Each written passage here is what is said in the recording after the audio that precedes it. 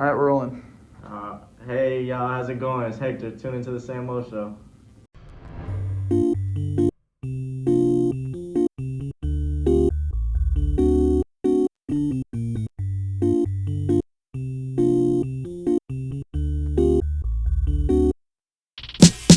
What's up, Sam Martians? Welcome to another episode of the Sam Mo Show. I am your host with the Sam Most, Cleveland, and joining me today is a freshman here at Texas State. He operates 3 businesses. He's on the hustle, man. Please welcome Mr. Hector Ortiz. How's it going? It's going pretty good. How's your week been going? Man, it's been pretty busy, to be honest. It's gone by pretty quick, but I've been doing a lot of studying. I got, the second rounds of tests are coming up. So, Yeah. Or for some of us have already hit us, so I've been studying quite a bit. Yeah, no, I'm the same way. It's that time of year, right before spring break, where they start to, cram in all those tests right before you leave for the break. So you're a freshman here at Texas State, right? Yeah. Okay. So, first of all, why'd you come to Texas State? Why'd you choose this school? So Texas State, I came here and I visited one time. Mm-hmm. And honestly, Texas State's the only campus I visited. It's the only the only school that I applied to.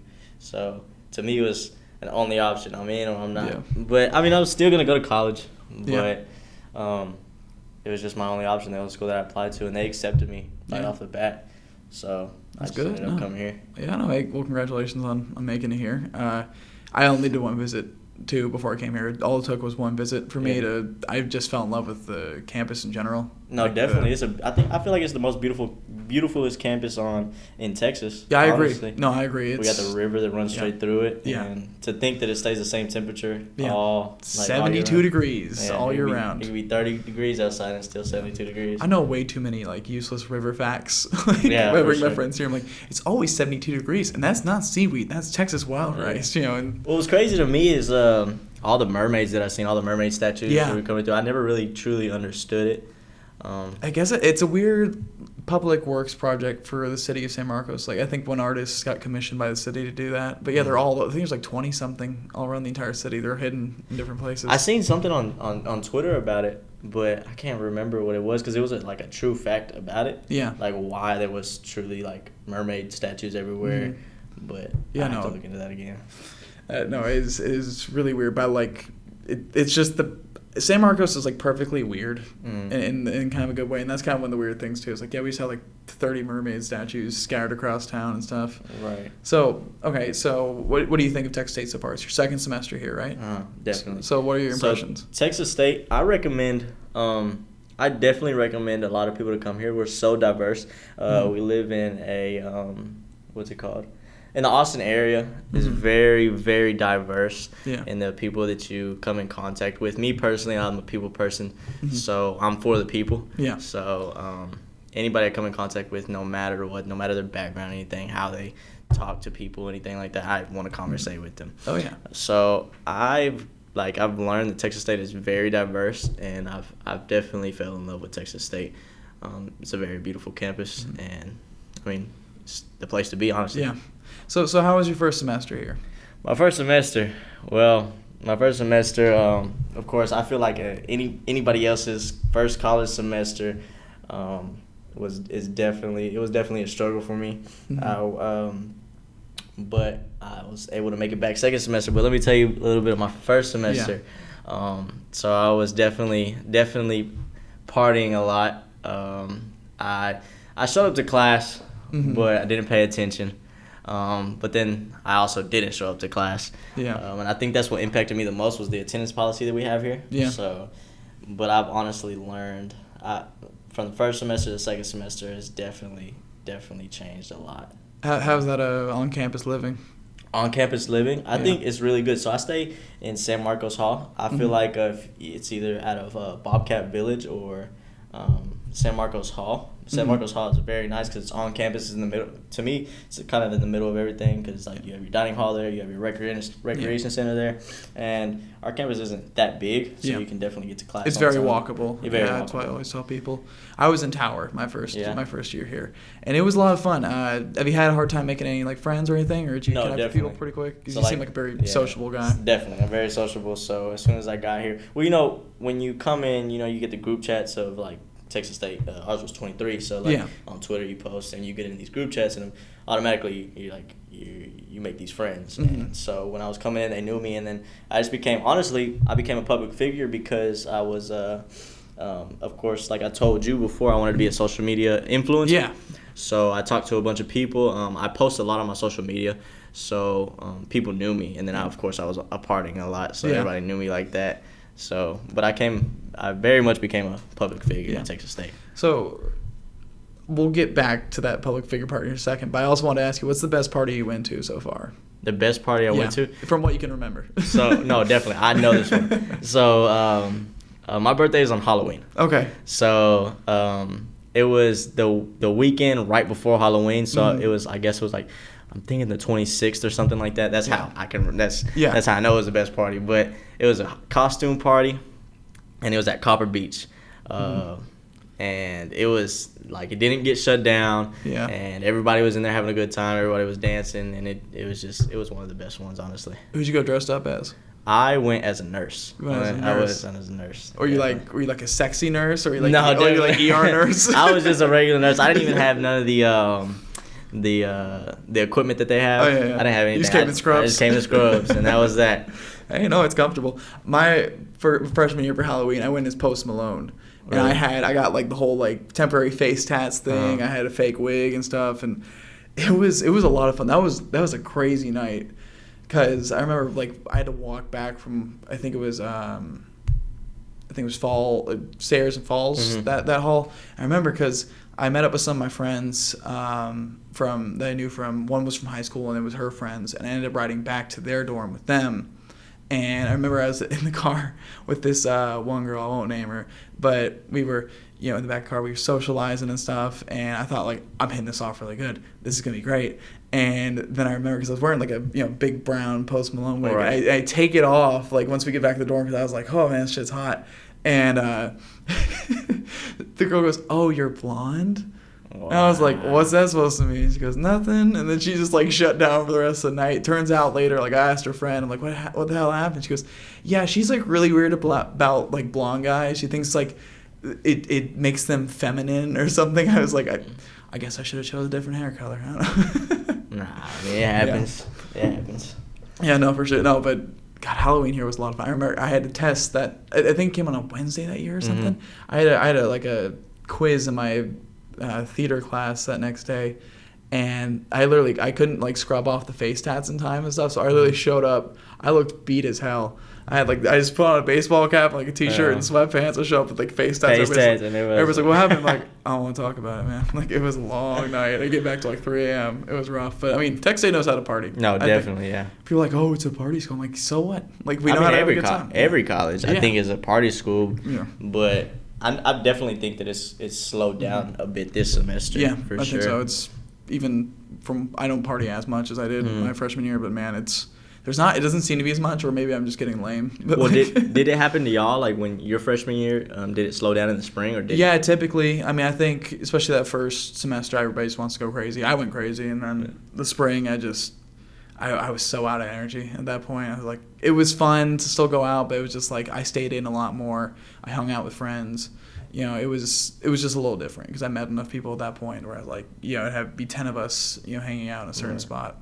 But I don't know. I think people in general get kind of tired. Also, the rushing there's rushing early in the spring, but then after that, it's not really as big as it is in the fall. Right. So and then oh yeah. So like you were saying, rushing does slow down. Yeah.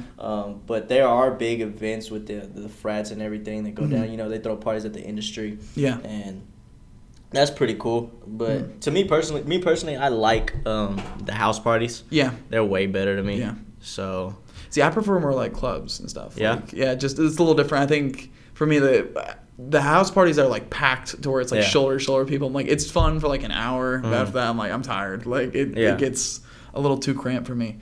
So okay, so you said you came here. You said you're a public figure. Right. So, okay. So tell me about wanting to be a social media influencer and all of that. Like, what do you want to be known for on social media? So me personally, I'm in the business world. My major is finance.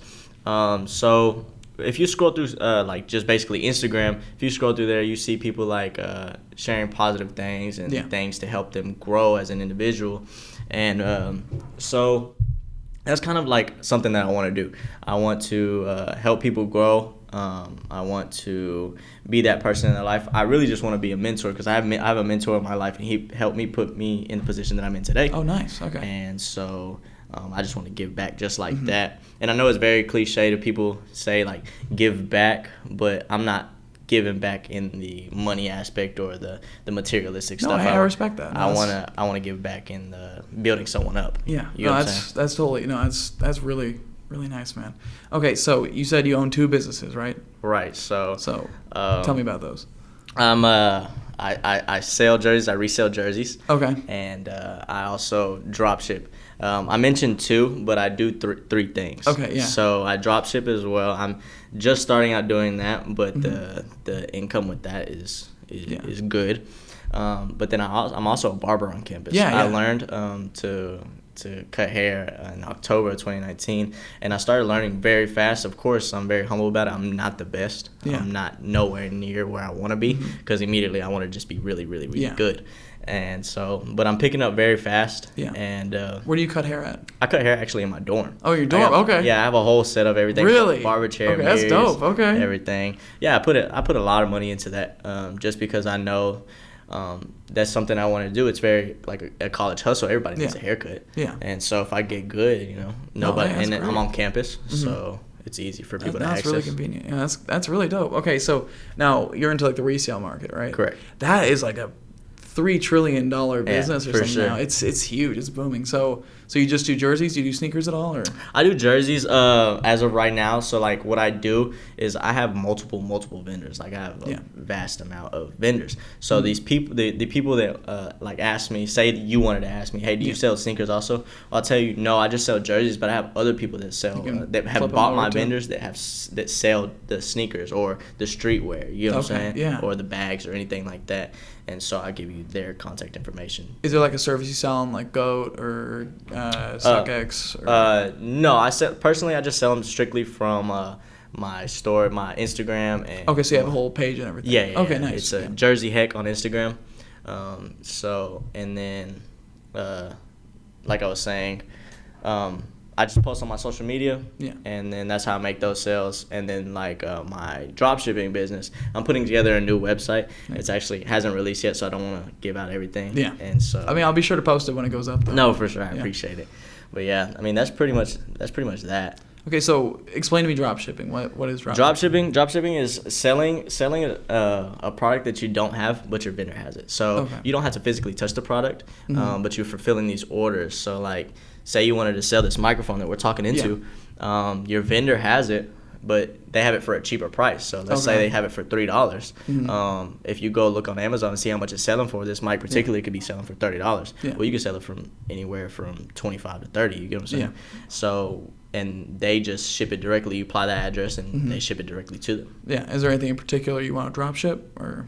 Not as of right now. Like I said, I'm putting together. I'm making a very niche website. So niche is very narrow and one product or 2 products. They're around the same thing. Yeah. So that's what I'm putting together. Nice. Okay. But that's pretty much that. Yeah. So if you don't mind me asking, how much do you think you pull in about a week? In about a week. So we're looking at like with just drop shipping or everything. Just all together with all your businesses. All together, we're looking at like gross income probably like $2,500. Man, that's pretty a week. Yeah, a week. Man, that's impressive. Well, yeah, so like the jersey sales, I get like average 60 a day, selling for $60 a jersey. Is it all just all kinds of jerseys? Any sports jersey you're looking for, anything like that. My haircuts are $15. And drop shipping, of course, like you get the products for cheap and you sell them for a higher price. So however many sales that's coming in. Yeah, that's good. Okay, so speaking of jerseys, I take it you're a pretty big aficionado. So in terms of the NBA's throwback jerseys, they've been doing this year. What teams do you think have the best ones? The Grizzlies. The Grizzlies are very hot right now. I like the classic with the logos, with the design going down the armpits and everything. Yeah. Right.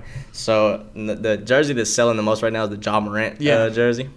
So that one's going. So I did a couple deals on that because like it was selling very, very fast. Mm-hmm. So I dropped the price down to 45, and the sales went today. I was up at 100 sales just on jerseys. Oh my goodness! Wow, yeah, that's impressive. and most of them were John Morant jerseys. Yeah, but yeah, and then another jersey that sold the most, and rest in peace Kobe. But yeah, Kobe Bryant jerseys. I'm sure went through the day he passed away was the day that like my business grew to the max. Yeah, I'm sure. Because everybody wanted a jersey, and like if you went on Amazon or anywhere else, you looked at these sellers selling the jerseys anywhere from $200 to $300, and then even signed jerseys went from $1,000 to then you looked on Amazon and they look going for $6,500, $7,000, and so. Oh man, no, I mean, I still remember like seeing the headline from when Kobe passed away. Like I did like a triple take. I was like, no. Right. I was like, he's Kobe. Like he's bigger. He's bigger than. He's invincible. He's invincible. I'm like, Kobe doesn't die. Like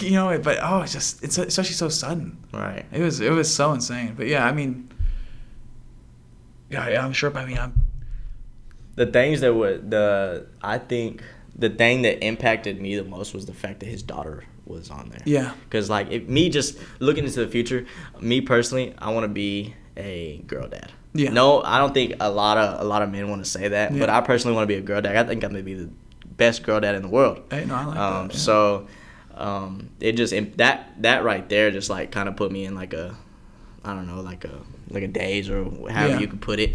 But it was really shocking that his daughter was on there with him. Yeah, no, I'm kind of the same way. Like I've always like if it comes to kids, like I want a girl. If I have a boy, that's cool. Yeah. But like I definitely want to have a girl, and I feel like Kobe is such a great dad. I mean, how cool would it be to have Kobe as your dad?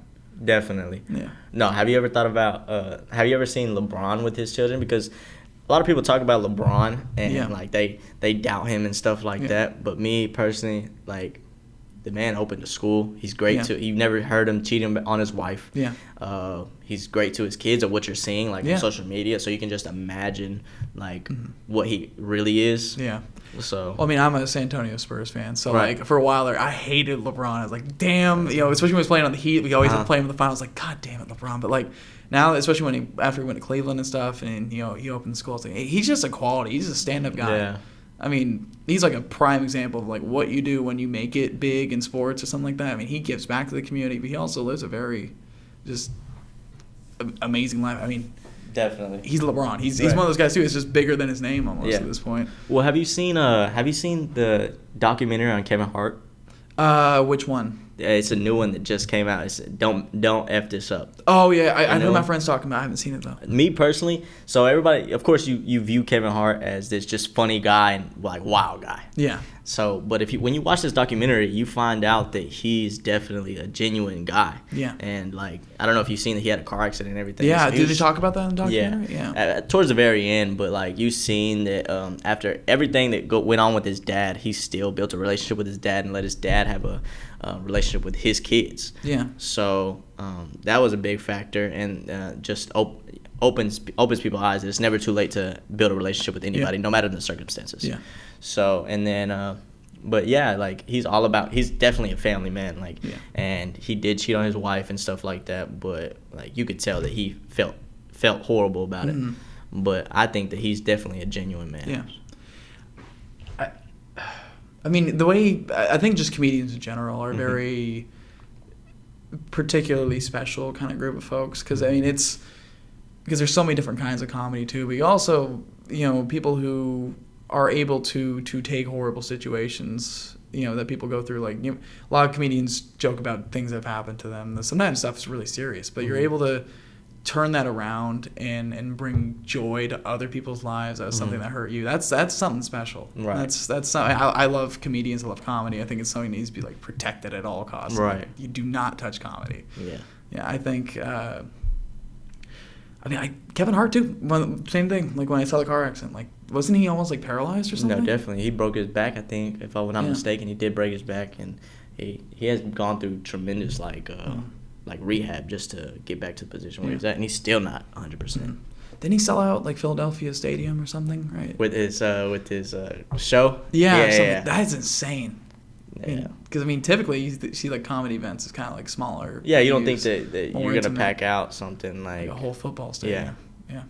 You follow football at all, NFL? I'm sure you do. Yeah, for sure. So what were the best selling jerseys for you for the 2020 season for NFL? For the NFL? Yeah. I think typically for just the Dallas Cowboys, because most of my people are from Dallas. Yeah. So because I'm from Dallas. Yeah. So they wanted Dallas Cowboys jerseys. Oh, honestly, the best jersey that sold was Lamar Jackson. Jackson. Yeah. Because everybody was like, he's the next Mike Vick. Yeah. And honestly, like, he could hold that I love title. watching him play. On my end, he could hold that title. Yeah. Like he doesn't have that many years under his belt, but he's definitely gonna make something. You think the Cowboys are gonna keep Prescott? Definitely. So to me personally, when you look at a team, they're gonna definitely build the team around the quarterback and the running back, protect them at all costs, because they already have something set there. Yeah. They're going to look at everything else, cut everybody else, but the quarterback. Yeah. No matter how it's going, anything like that. Or they're not even going to cut him. They're just going to move him down in the depth chart and bring somebody else in. I think so. Yeah. What do you think about Tom Brady going to Dallas? I've heard there's little rumblings I've heard, but I don't think Tom Brady's going to leave New England. But I think because what shocked me was that he opened his recruitment. Yeah. Like he was like he's open to new contracts and everything like that. I seen something about him. I can't even remember the team he was looking at, but he's open. I think he's leaving. You think so? I think. Or do you think he's gonna land? Some sorry team. Definitely some sorry team. But I can't see him going to Titans. People keep saying it's gonna be the Titans because there's that former Patriots head coach or the former Patriots player who's the coach of the Titans now. Oh, really? I think I forget his name, but yeah. I can for some reason see him going to LA for like the Chargers. For some reason I can see him landing there because Phillip Rivers is gone now. Well, whatever team he lands on, I think he's just like a LeBron. He's going to turn the team around. Yeah, I think he brings that kind of special something. But I'm also curious because I'm a Green Bay Packers fan. I love Aaron Rodgers. Right. And so that debate, Brady Rodgers, all the time, part of me is like, what if he goes somewhere else and he flops? Like, then you could make the whole system quarterback argument forever. Right. But, I mean, I don't know. I'm curious about it. I'm curious to see where it goes. Yeah, for sure. All right, we're going to take a quick break, and then we'll be right back. And while we're on break, have a listen to Immortal by friend of the show, M80. A year ago today. Okay, Sailor wanna beat, yeah. Bitch, I'm immortal, nigga, what you know about it? Niggas talk a lot, but they don't want no problems. Niggas see the smoke and they go the other way. Me, I'm like a fire truck, I pull up and I spray. Keep it all red and my window stay tinted. I've been at the top and I've been here for a minute. L trip, nigga, and you know we all the menace. And I keep the ride, man, just like Dennis. And you know I feed my family how much I go fishing with it. What I bring home, Sailor in the kitchen with it. We like the Splash Bros, we don't be missing with it. Handed you the torch, you still be fucking bitching with it. Talking about it's too hot, well you not. You mad I'm rocking rings, and you knock. You mad I'm a catching like Des you dropped. You a fish out of water all the ways you flopped. I'm always on go, but we begging you to stop. Cause you'll never be as good as me, you never had a shot. You got a broken neck, how you look up to the top. I'm a young king like De'Aaron Fox. Full speed ahead, ain't a damn soul catching me. Always on my toes, nobody out here edging me. I remember days when the bad bitches curved me. Now they giving brain like they all trying to learn me. When they get too obsessed, that shit kinda concern me. All my shit's fire and these hoes trying to burn me. I've been grinding for a while, always stay persistent. Y'all'll thank me later, for now y'all the resistance. I'm so far ahead, I be acting distant. Bandwagon feeling, hop on before you miss it. Time is money, got a K where my wrist is. My neck got some rocks, I ain't talking about the Chris kid. Seeing me hot, sting you like a hornet. Your hits are all singles, mine go out of orbit. You wake and smell the flowers, I smell the whole orchid. Throwing in a fuck sea world, free the orcas. Back to the dark shit, you know that I'm a killer. Bitch, claiming that you run up, just don't. Bryson Tiller, I know you hungry, so I give you a filler. Hitting shots off balance, 13 Miller.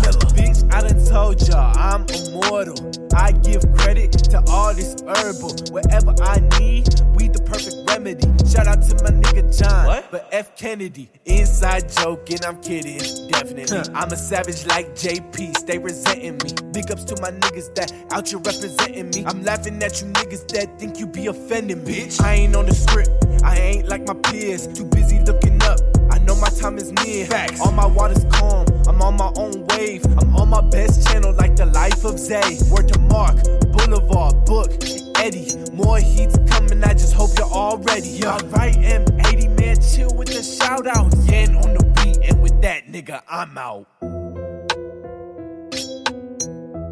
All right, and we are back, and we got some time to talk about some Texas State athletics.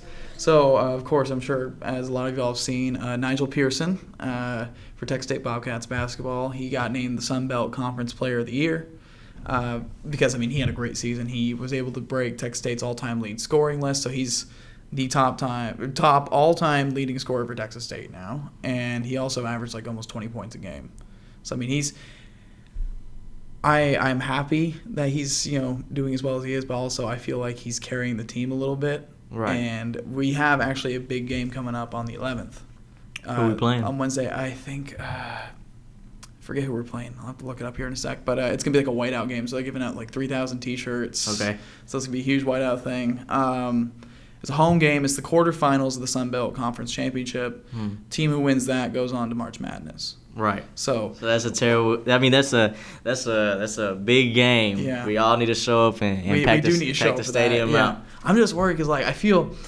I was talking to Mr. Sports President last week about this, and he says, if you're ever betting on Texas State and it's like a giveaway game where it's like T-shirts or some kind of special honors night kind of thing, he says never bet on them because for some reason they do horribly on like special event nights and stuff here at home. So I mean I hope it's not the case, but I mean it just seems like I think they had the blackout game last year in the spring against UTA, and that was a really fun game. Went to like double overtime. But it was still like one of those giveaway games, and we ended up choking away a huge lead against them. So I hope it's not going to be that way this time because, I mean, it's Nigel's last season here. Right. I think he's got to produce. I think it's going to be a good game, but we also can't afford for him to, like, have a bad shooting night or something. Yeah. Did you look up who we're playing? So it's still determined. I know. Okay. I predict. I was hearing something about it that we're gonna play Georgia State. Yeah. Because they're the best right now in our conference. We did just beat UTA. UTA is a very good team. See, our games are always close against them. Yeah. Like they always go to overtime or something. So, okay. So you also want to talk about Texas State football here? Texas State football. Right. Okay. So, how do you feel about the team? All right. So the past couple of years, of course, we were under different coaching staff, and nothing against them or anything like that because the new Everett Withers is now an NFL team, so he definitely deserves. Did he land on an NFL team? Yeah, he did. It was it was a New York team, either the Giants or the Jets. Huh. So, okay. Yeah, his son still plays here. Yeah. They're Okay. Yeah. Great athlete. Yeah. But we're under new coaching staff. Me personally, Coach Spav is definitely bringing everything that we need. When a new coaching staff comes in, everybody predicts that year we're gonna be amazing. Yeah. That's not how things work because you still have to change the culture of the team. Yeah. And you have to change a lot of stuff. And that's he also inherited a lot of the players. Right, definitely. Yeah. And his when he was at West Virginia, he ran the number three passing offense or the number 3 offense period in college football. And so personally, I think he can bring that over here. I know he's a head coach. He's not the OC, but head coaches have influences on everything. They run everything. Yeah. So, and then we're talking about, I think, the number 1 recruiting class on our size college to this year because he's bringing in. I actually have a friend that plays. He was the number 1 athlete in JUCO. Okay. Maurice Wren. He came. He's coming from TJC. He's actually seriously okay. Yeah. So he played. He played at Horn, which was in our city, Mesquite. Yeah. So he's definitely a freak athlete. But I think the defense that he brought in, period, is definitely phenomenal and everything that he's doing. But I think that we're going to have a difference this year and the next year's coming up. Yeah. We still got to give him another year. But the thing that's gonna separate us to be good is the fans. We show up to the tailgates, but don't show up to the game. I mean, of course, we weren't good, so you don't want to just sit there and watch. Yeah. I mean, they're kind of boring. But if the stadium gets packed out, you're going to have the time of your life. And, I mean, you see these other big colleges, the stadiums are packed out. Yeah. And, like, Texas A&M, the stadium's always ridiculous. And did you go to that first game? No, I didn't. Oh. I didn't. Yeah. I was invited, but I was like, nah, I really don't want to make the drive. Yeah. But the stadiums are ridiculous, and you have fun. Yeah. I mean, most of the time people are already drunk. Mm-hmm. So you show up to the tailgate, get drunk, and then go to the game, and then it's packed out. You're gonna go crazy. Because I mean, Texas Tech, I think tailgate's better than most other schools. Like we have an amazing tailgate. It's just a matter of transferring the energy like into the stadium. We're right outside. Yeah, it's a walk across the street, but it's just, I mean, the football's gonna be good. I'm not saying it's Coach Spath's fault, but I think it's just once we start winning games. Mm-hmm. I mean, that's the thing about college football. Once you get rolling on something like that, because then you get more fans, you get better recruits, the team gets better, and then more people come to the games, and you can keep it rolling. But also, when you don't have it, it's hard to start because we don't really have that culture here, of good football. We haven't had it for 20 years. Probably haven't had a good program. Right. And that's kind of the harder part about it is because you have now kind of this student population that likes to party but isn't crazy about going to these games. I think part of the problem is the start times for these games start at 6. I think if you start them earlier at like noon, 1 o'clock, 2 o'clock. Yeah. That way, because the game will get done by about 5, 6 o'clock. Right. Whereas if you start the game at 6, it goes till about 9, 10 o'clock, and you're cutting it into like party time for a lot of folks, especially people who show up at the tailgates. They're probably going to head out about halftime. Yeah. Because they got to get ready for the night. Yeah. Because it's Saturday night in San Marcos.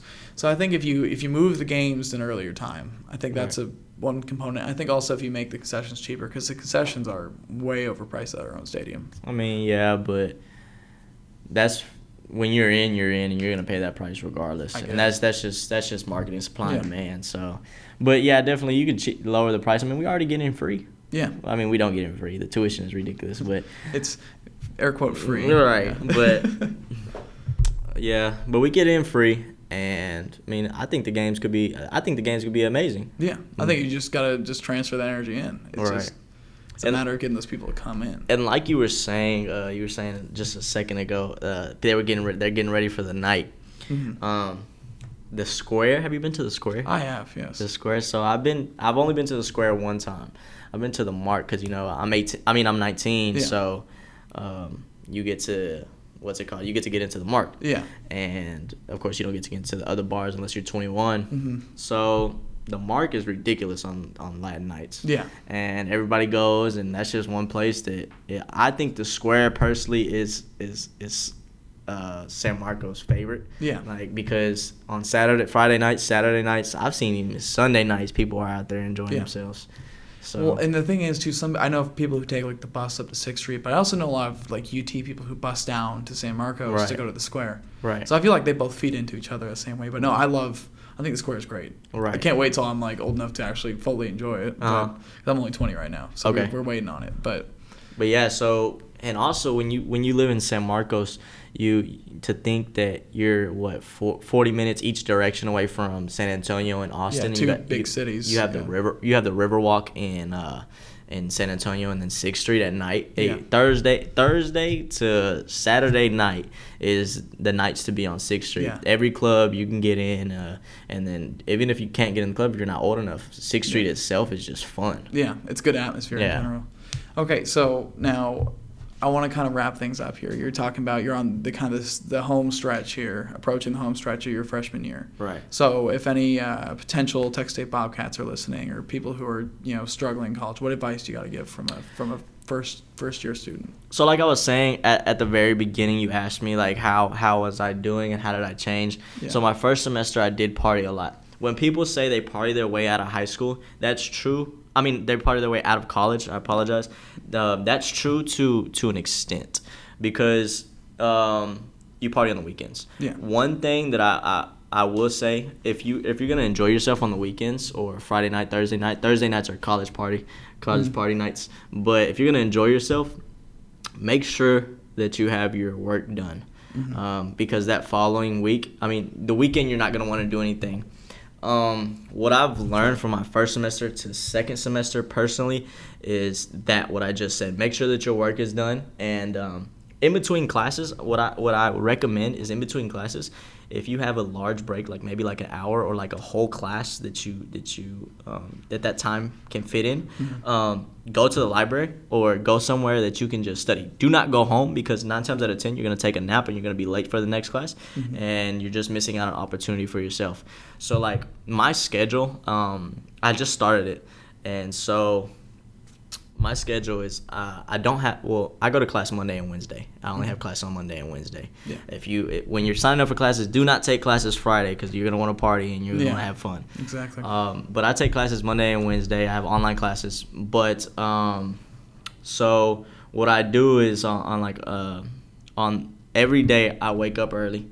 At 9 o'clock, I hit the gym. So that starts my day off completely early. And then if I have some hair appointments in between. So my first class starts at 11. Okay. So my first class is at 11, and then on Monday I have 2 classes. On Wednesday I only have 1. So on Monday it's 11, and then right back to that, and is the second class, and then I'm done for the day. And then, but the other days, let's just say I don't have class, I will wake up, go to the gym, and then go back. If I have haircut appointments, then I'll fulfill them. I'll take care of my clients, and then I'm studying. I'll go to the library and study. If I'm going to the library, I'm studying. If I go to my dorm, I'm laying down and I'm looking at my phone. I'm not doing anything. Yeah. Library is definitely the what changed my first semester to second semester. I didn't know what a library was when I first came here. I didn't even come here. I didn't use any of the Texas State resources that we have. We have amazing resources when you're here if you're struggling, because they know how college is. We have counselors, we have the math lab, math cats, everything like that we have to our advantage, but people need to take use of them. Yeah, I think people don't use them enough. All the resources we have here. Definitely not. All the stuff that you don't know you're paying for, but you're paying for. Exactly. It's a lot of great resources. For me, I also study a lot better at the library. Part of it because it's kind of public, where I have to I gotta at least look like I'm studying sometimes. Versus if I'm at my place, I can just walk around, distract myself or whatever. But when I'm in the library, okay, I have to look like I'm actually paying attention to this. And it's just if you're on your phone in the library, it's you're wasting your own time. Yeah. It's you don't want to be that person. Of course, if you're done studying and waiting on someone else to be done, do you? But you don't want to be that person that's on your phone in the library. You just look like you're here for no reason. You're wasting your time. You can do it at home. Exactly. So, you also mentioned working out in the mornings and stuff, fitness. Has that helped, that kind of scheduling of that into your life, has that helped you at all? Yeah, so in the mornings, I work out every day, period. Whether it be, say I just so happen to miss it. Yeah. I do it at night. But it's definitely, definitely helped me out a lot. I think, personally, my life's done a complete 180 because, like I said, I didn't do it a lot.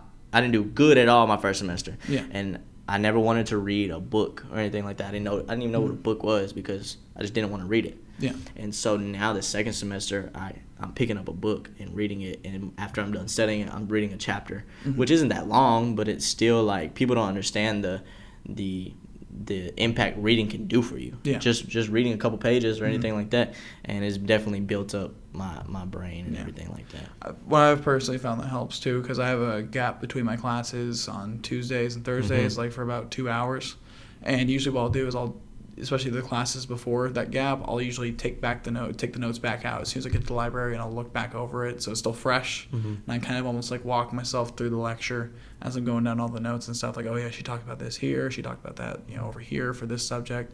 I feel like that helps me a lot too, because you kind of because of course every lecture, every 2 hours they throw more stuff at you, and then you kind of pat it down, make it more concrete once you get to look back over the notes and stuff. Right. I think your story is similar to a lot of other freshmen here. I know a lot of folks who, thought they could just party the entire time, and of course then once grades come around, it's a totally different story. I think part of it is, and that's part of the reason I liked college, was the independence piece. I think not everybody can handle it. You're handling it great. You got 3, businesses, and you're doing classes and stuff and still having a good time. But I think some folks, the thing that gets them is nobody's going to get you up in the morning. You have to get up on your own. You have to get dressed. You have to go walk to class or, get on the bus to go to class on your own. Nobody's going to make you do it. Right. I think some people, function like that, where they've been, just kind of doing what people tell them to do or whatever, whenever they do it. And then once they get here, they don't really know how to act. Well, I have my mom to thank for that, honestly, because my mom's a very hardworking woman. She works every day. Yeah. She told me every day when she was pregnant with me, she worked every day until she had me. Her boss had to make her go home. She's a very hardworking woman, but my high school started really late, like 9 o'clock. Yeah. So she was out the house even before I even woke up. Mm-hmm. There was days my attendance wasn't, like, I was tardy a lot in high school, but that also did help me that my mom didn't wake me up to what I am now. Yeah. So I do appreciate my mom for that. And then, but yeah, so when you say people don't have the people to tell them to wake up and stuff like that, that's very true, because I see that a lot. Yeah. Once you get to college, it's about drive. It's about you getting up and going to class, even when you're tired, even when your bones hurt. You got to go. Because you want to stay here for another 2 years. I mean, that's common. That's cool. Like, you can stay, but do you want to get in and get out and start? Do you want to pay tuition for 2 more years? Right. Yeah. Definitely. Exactly. Sometimes like, I don't want to go to class. I'm like, if I don't get this credit, then I'm going to be pushing myself back a semester and stuff. Right. I'm like, no, all right, it's all good. And I will say, do not set your guys back a semester. I'm living that right now. Set myself back. I only failed 1 class, but don't do it, because you don't want to come out of pocket extra money, especially for the people that have to pay out of pocket for their college. You don't want to be in that situation.